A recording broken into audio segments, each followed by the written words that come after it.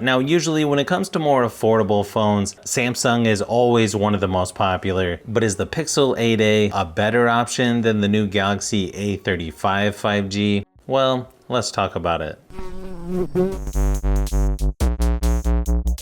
Pricing starts at $399 for the Galaxy phone versus $499 for the Pixel, but chances are you'll be able to find both on sale at a cheaper price several times throughout the year. So just keep that in mind when it comes to pricing. They both come with 128 gigabytes of storage. You can also get 256 gigabytes with the Pixel, but I believe only with the Obsidian color. As far as the screens, you've got a 6.1 inch OLED display on the Pixel 8a with 1080 by 2400 resolution versus a larger 6.6 inch Super AMOLED display on the A35 with 1080 by 2340 resolution and up to 120 Hz refresh rate on both phones. The Pixel is going to be brighter though. It goes up to 2000 nits brightness versus 1000 for the Galaxy A35. They actually both look very similar to their more expensive siblings, and it's pretty subjective on which one has the better build quality. I might lean towards the Pixel on this one, but obviously some of you may like the look of the Galaxy A35 better. They both also have pretty good choices as far as color options. I feel like the screen quality looks good overall on both, but when you put them next to each other, you can tell the Pixel is brighter and has better viewing angles. I also feel like the fingerprint scanner is a little bit better on the Galaxy phone versus the Pixel. As far as battery life goes, it's actually really good on these two phones. In my typical battery drain test, the Pixel lasted about 12 hours versus 13 hours for the Galaxy A35. So you should get a couple days of mixed usage, especially if you turn the screen brightness down. But that's probably some of the best battery life when it comes to phones that I've tested, so you can't really go wrong with either one. One advantage for the Galaxy phone, you can go up to 25 watt fast charging versus 18 watts on the Pixel. But the advantage for the Pixel is you have wireless charging where you don't get that with the Galaxy A35.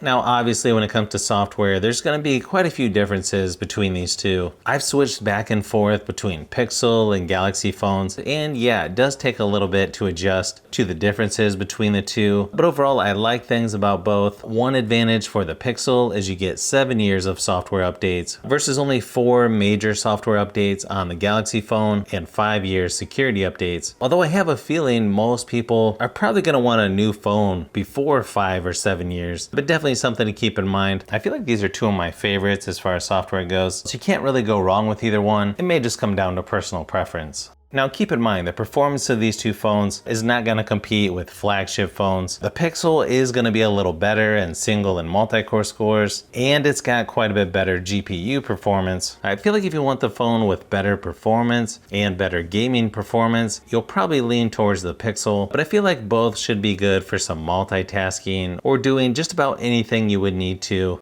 Now, when it comes to speakers, I feel like it's what you would expect out of a phone in this category, but here's a quick sample of each just to give you an idea of what they sound like.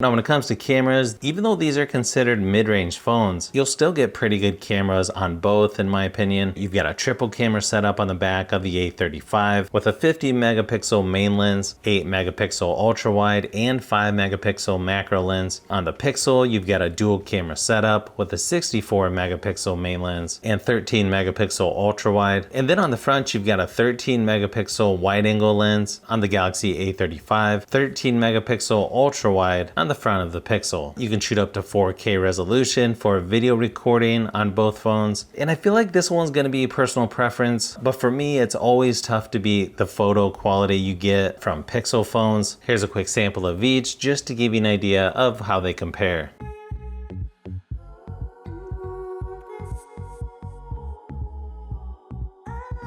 So as you can see, there's some good things about both phones, and I don't think you can go wrong with either one. A lot of this will come down to personal preference, but if you like phones, tablets, and other tech, I've got a lot more stuff that I'm working on, so you'll want to keep an eye out for those upcoming videos.